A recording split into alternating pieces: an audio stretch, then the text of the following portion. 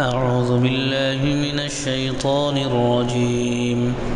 بسم الله الرحمن الرحيم. ياسين والقرآن الحكيم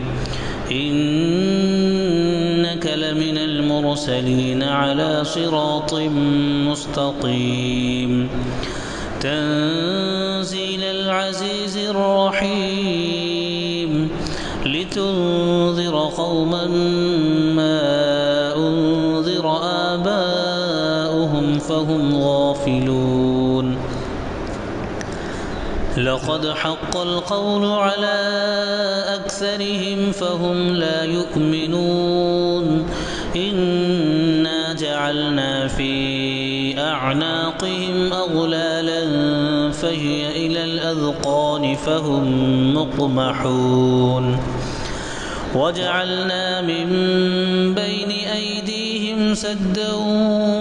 ومن خلفهم سدا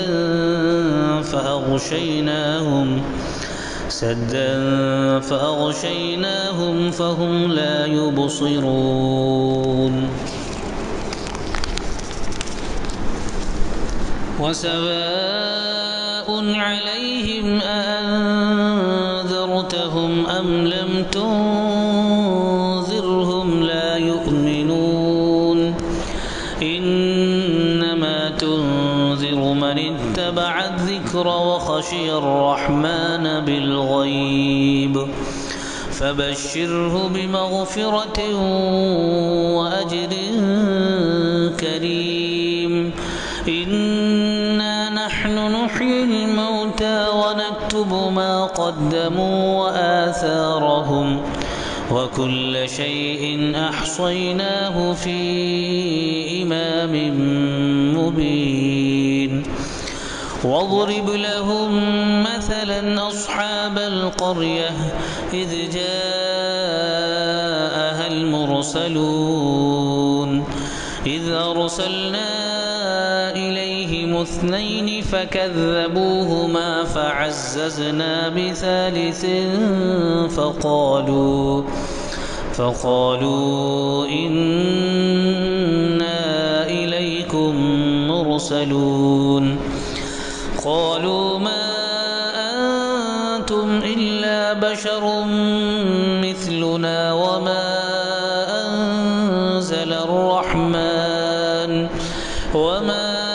أنزل الرحمن من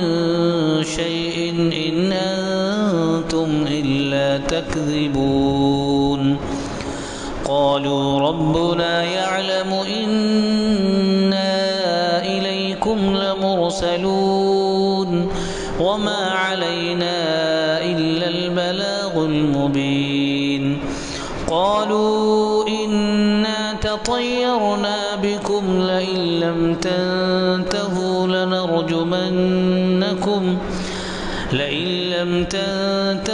لنرجمنكم وليمسنكم منا عذاب أليم. قالوا طائركم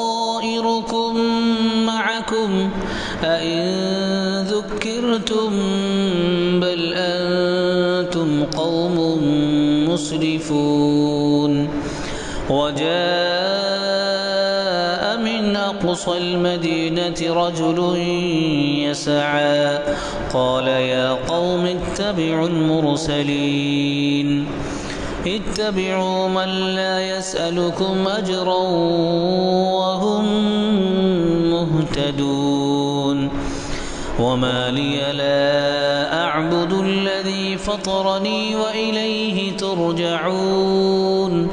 أأتخذ من دونه آلهة إن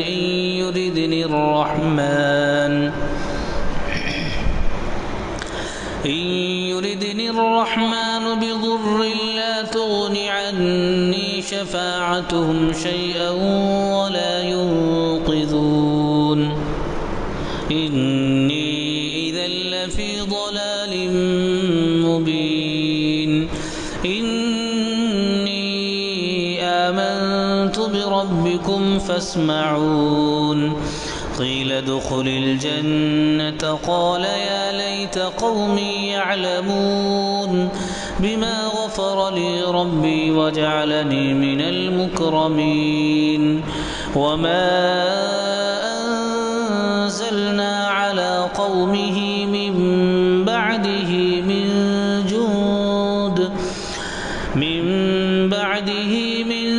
جند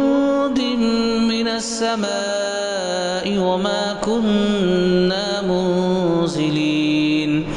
إن كانت إلا صيحة واحدة فإذا هم خامدون يا حسرة على العباد ما يأتيهم من رسول إلا كانوا به يستهزئون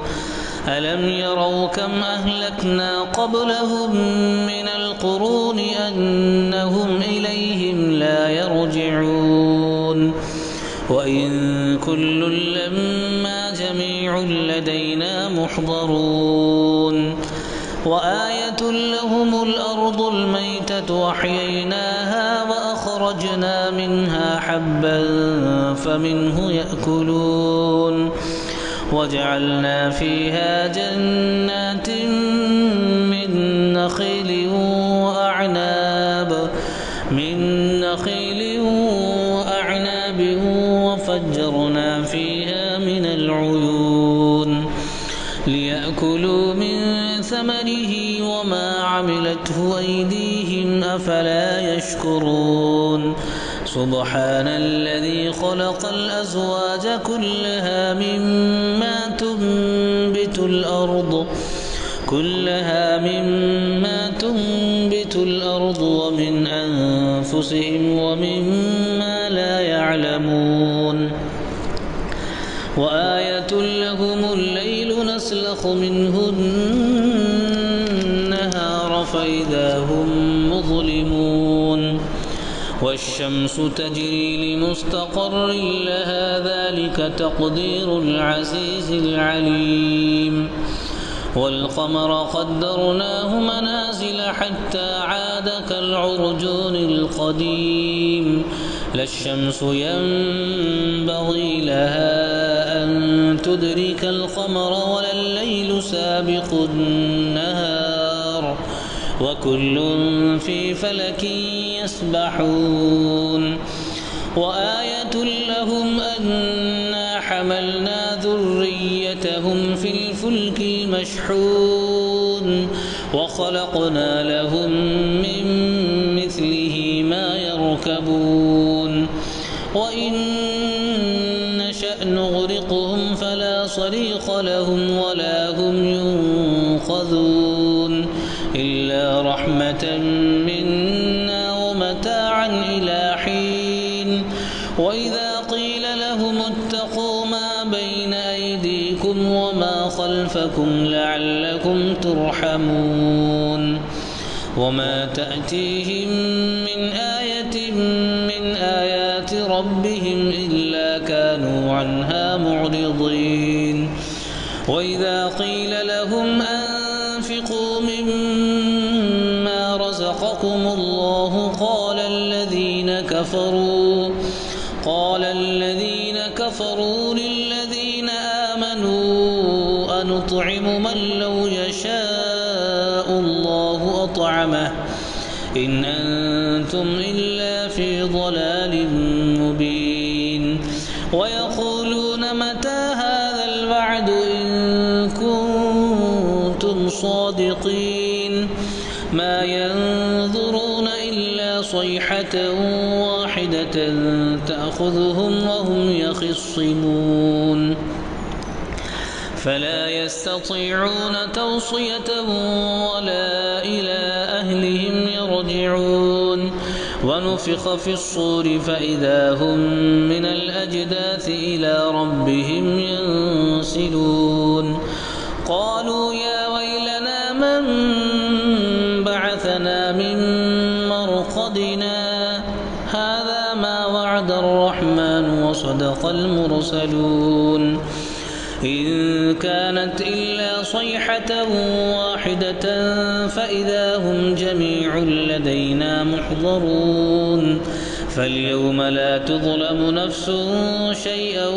ولا تجزون إلا ما كنتم تعملون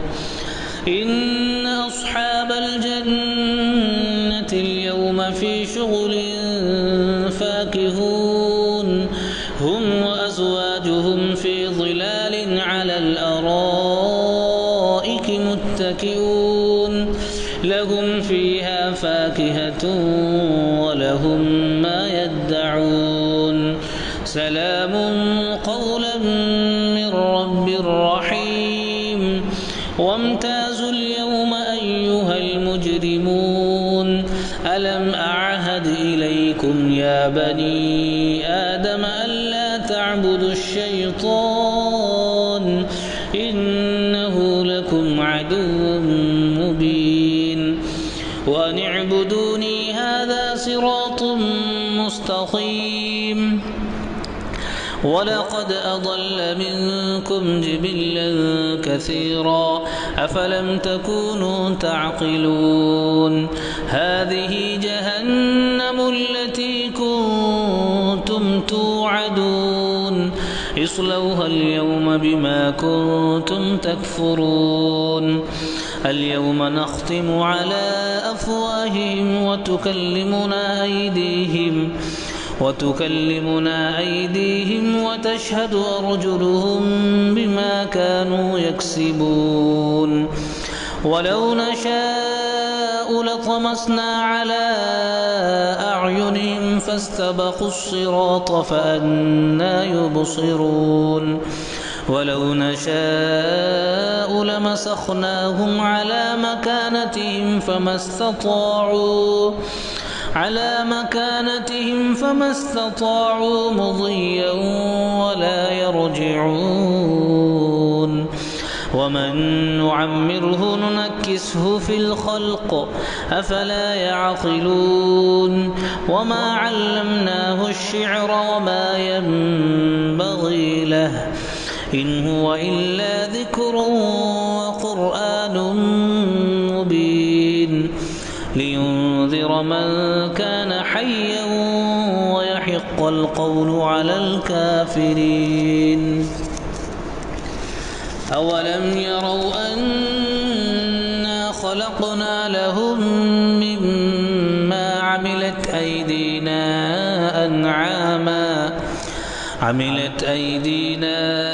أنعاما فهم لها مالكون وذللناها لهم فمنها ركوبهم ومنها يأكلون ولهم فيها منافع ومشارب أفلا يشكرون واتخذوا من دون الله آلهة لعلهم ينصرون لا يستطيعون نصرهم وهم لهم جند محضرون فلا يحزنك قولهم إنا نعلم ما يسرون وما يعلنون أولم ير الإنسان أنا خلقناه من نطفة فإذا هو خصيم مبين وضرب لنا مثلا ونسي خلقه قال من يحيي العظام وهي رميم قل يحييها الذي أنشأها أول مرة وهو بكل خلق عليم الذي جعل لكم من الشجر الأخضر نارا فإذا أنتم منه توقدون أوليس الذي خلق السماوات والأرض بقادر على أن يخلق مثلهم بلى وهو الخلاق العليم إنما أمره إذا أراد شيئا أن يقول له كن فيكون فسبحان الذي بيده ملكوت كل شيء وإليه ترجعون. بسم الله الرحمن الرحيم. الرحمن علم القرآن خلق الإنسان علمه البيان. الشمس والقمر بحسبان والنجم والشجر يسجدان. والسماء رفعها ووضع الميزان ألا تطغوا في الميزان وأقيموا الوزن بالقسط ولا تخسروا الميزان. والأرض وضعها للأنام فيها فاكهة والنخل ذات الأكمام والحب ذو العصف والريحان. فبأي آلاء ربكما تكذبان. خلق الإنسان من صلصال كالفخار وخلق الجان من مارج من نار. فبأي آلاء ربكما تكذبان. رب المشرقين ورب المغربين. فبأي آلاء ربكما تكذبان. مرج البحرين يلتقيان بينهما برزخ لا يبغيان. فبأي آلاء ربكما تكذبان. يخرج منهما اللؤلؤ والمرجان. فبأي آلاء ربكما تكذبان. وله الجوار المنشآت في البحر كالأعلام. فبأي آلاء ربكما تكذبان. كل من عليها فان ويبقى وجه ربك ذو الجلال والإكرام. فبأي آلاء ربكما تكذبان. يسأله من في السماوات والأرض كل يوم هو في شأن. فبأي آلاء ربكما تكذبان. سنفرغ لكم أيها الثقلان. فبأي آلاء ربكما تكذبان. يا معشر الجن والإنس إن استطعتم أن تنفذوا من أقطار السماوات والأرض فانفذوا لا تنفذون إلا بسلطان. فبأي آلاء ربكما تكذبان. يرسل عليكما شواظ من نار ونحاس فلا تنتصران. فبأي آلاء ربكما تكذبان. فإذا انشقت السماء فكانت وردة كالدهان. فبأي آلاء ربكما تكذبان. فيومئذ لا يسأل عن ذنبه إنس ولا جان. فبأي آلاء ربكما تكذبان يعرف المجرمون بسيماهم فيؤخذ بالنواصي والأقدام فبأي آلاء ربكما تكذبان هذه جهنم التي يكذب بها المجرمون يطوفون بينها وبين حميم آن فبأي آلاء ربكما تكذبان ولمن خاف مقام ربه جنتان فبأي آلاء ربكما تكذبان ذواتا أفنان فبأي آلاء ربكما تكذبان فيهما عينان تجريان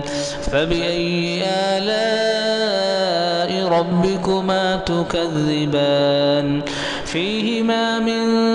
كل فاكهة زوجان فبأي آلاء ربكما تكذبان متكئين على فرش بطائنها من استبرق وجنى الجنتين دان فبأي آلاء ربكما تكذبان فيهن قاصرات الطرف لم يطمثهن إنس قبلهم ولا جان فبأي آلاء ربكما تكذبان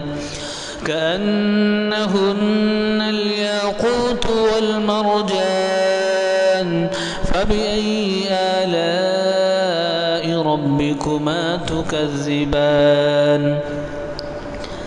هل جزاء الإحسان إلا الإحسان فبأي آلاء ربكما تكذبان ومن دونهما جنتان فبأي آلاء ربكما تكذبان مدهامتان فبأي آلاء ربكما تكذبان فيهما عينان نضاختان فبأي آلاء ربكما تكذبان فيهما فاكهة ونخل ورمان فبأي آلاء ربكما تكذبان فيهن خيرات حسان فبأي آلاء ربكما تكذبان حور مقصورات في الخيام فبأي آلاء ربكما تكذبان لم يطمثهن إنس قبلهم ولا جان فبأي آلاء ربكما تكذبان متكئين على رفرف خضر وعبقري حسان فبأي آلاء ربكما تكذبان تبارك اسم ربك ذي الجلال والإكرام بسم الله الرحمن الرحيم إذا وقعت الواقعة ليس لوقعتها كاذبة خافضة رافعة إذا رجت الأرض رجا وبست الجبال بسا فكانت هباء بثا وكنتم أزواجا ثلاثة فأصحاب الميمنة ما أصحاب الميمنة وأصحاب المشأمة ما أصحاب المشأمة والسابقون السابقون أولئك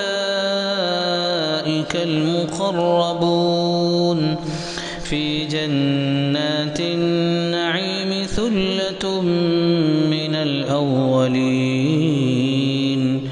وقليل من الآخرين على سرر موضونة متكئين عليها متقابلين يطوف عليهم ولدان مخلدون بأكواب وأباريق وكأس من معين لا يصدعون عنها ولا ينزفون وفاكهة مما يتخيرون ولحم طير مما يشتهون وحور عين كأمثال اللؤلؤ المكنون جزاء بما كانوا يعملون لا يسمعون فيها لغوا ولا تأثيما إلا قيلا سلاما سلاما وأصحاب اليمين ما أصحاب اليمين في سدر مخضود وطلح منضود وظل ممدود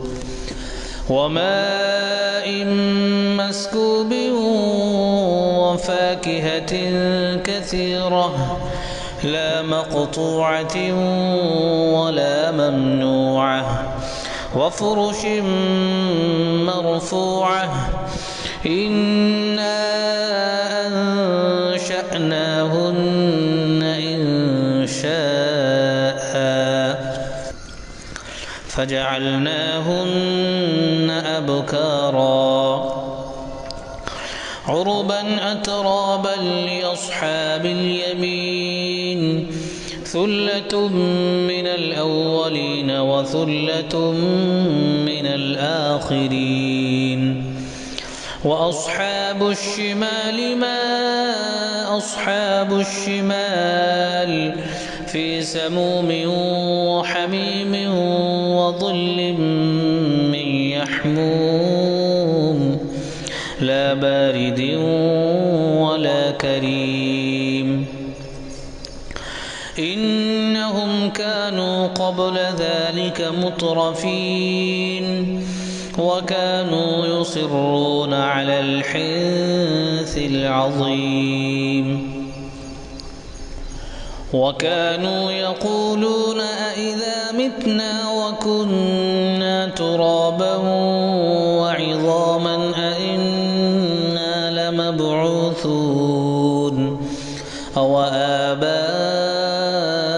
الأولون قل إن الأولين والآخرين لمجموعون إلى ميقات يوم معلوم ثم إنكم أيها الضالون المكذبون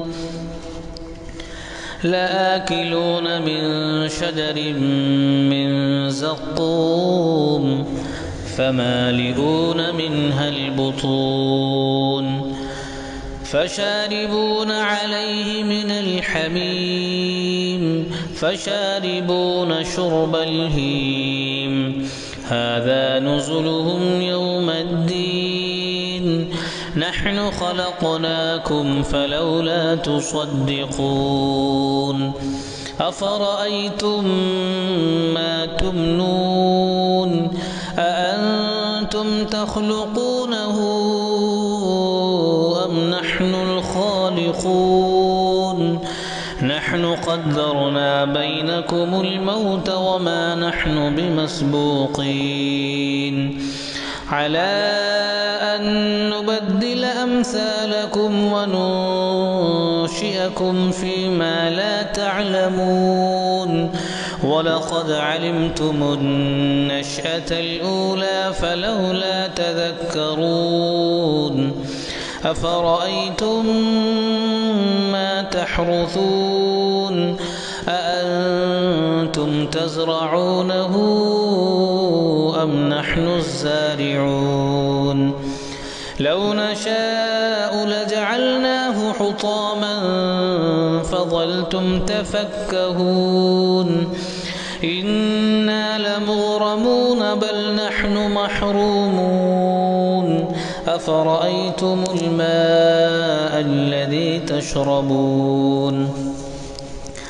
أأنتم أنزلتموه من المزن أم نحن المنزلون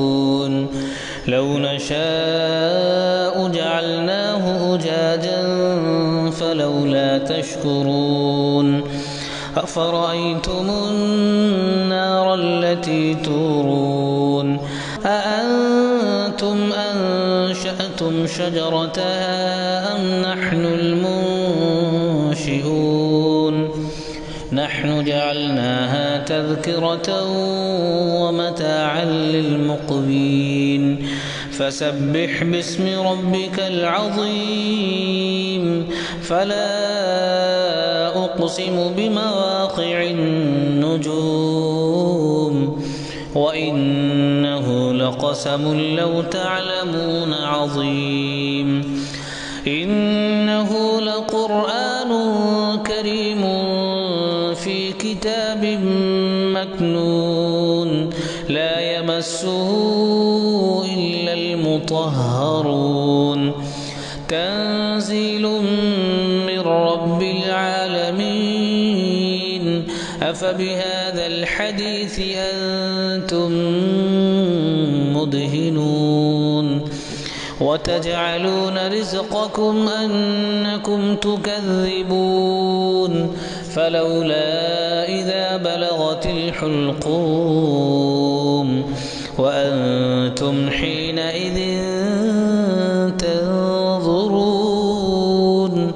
ونحن أقرب إليه منكم ولكن لا تبصرون فلولا إن كنتم غير مدينين ترجعونها إن كنتم صادقين فأما إن كان من المقربين فروح وريحان وجنة نعيم وأما إن كان من أصحاب اليمين فسلام لك من أصحاب اليمين وأما إن كان من المكذبين الضالين فنزل من حميم وتصلية جحيم إن هذا لهو حق اليقين فسبح باسم ربك العظيم بسم الله الرحمن الرحيم تبارك الذي بيده الملك وهو على كل شيء قدير الذي خلق الموت والحياة ليبلوكم أيكم أحسن عملا وهو العزيز الغفور الذي خلق 7 سماوات طباقا ما ترى في خلق الرحمن من تفاوت فارجع البصر هل ترى من فطور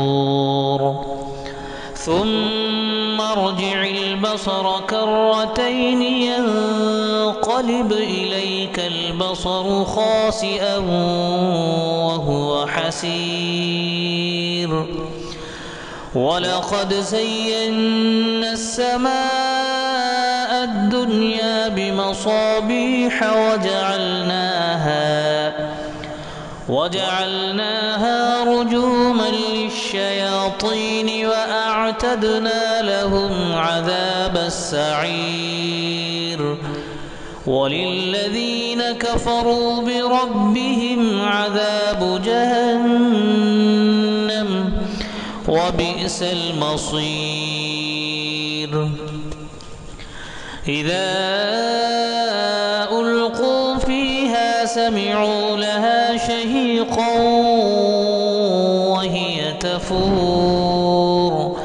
تكاد تميز من الغيظ كلما ألقي فيها فوج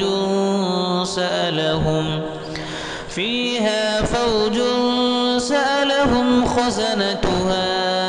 ألم يأتكم نذير قالوا بلى قد جاءنا نذير فكذبنا وقلنا ما نزل الله من شيء إن أنتم إلا في ضلال كبير وقالوا لو كنا نسمع أو نعقل ما كنا في أصحاب السعير فاعترفوا بذنبهم فسحقا لأصحاب السعير إن الذين يخشون ربهم بالغيب لهم مغفرة وأجر كبير وأسروا قولكم أو اجهروا به إنه عليم بذات الصدور ألا يعلم من خلق وهو اللطيف الخبير هو الذي جعل لكم الأرض ذلولا فامشوا في مناكبها وكلوا من رزقه وإليه النشور أأمنتم من في السماء أن يخسف بكم الأرض فإذا هي تمور أم أمنتم من في السماء أن يرسل عليكم حاصبا فستعلمون كيف نذير ولقد كذب الذين من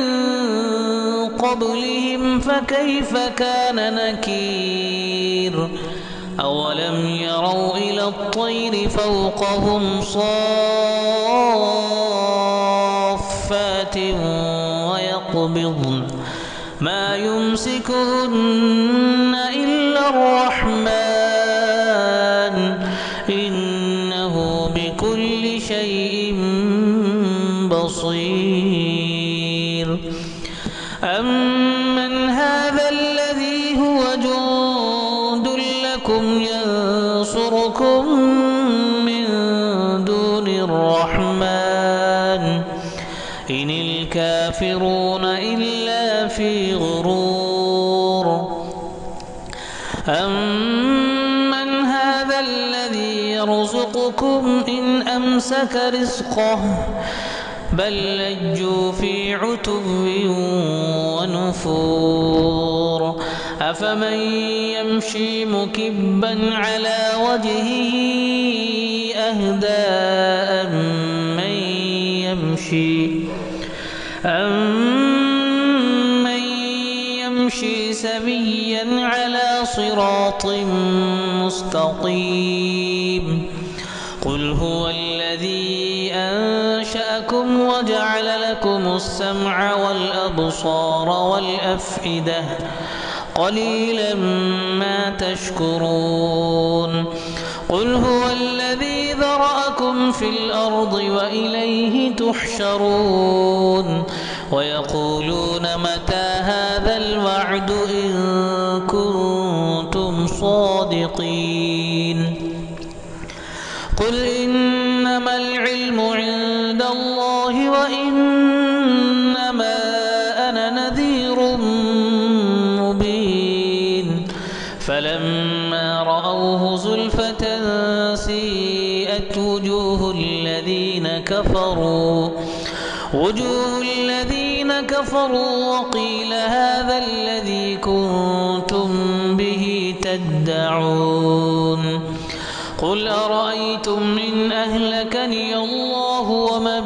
معي أو رحمنا فمن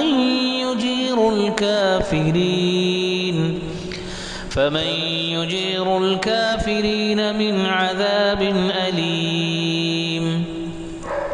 قل هو الرحمن آمنا به وعليه توكلنا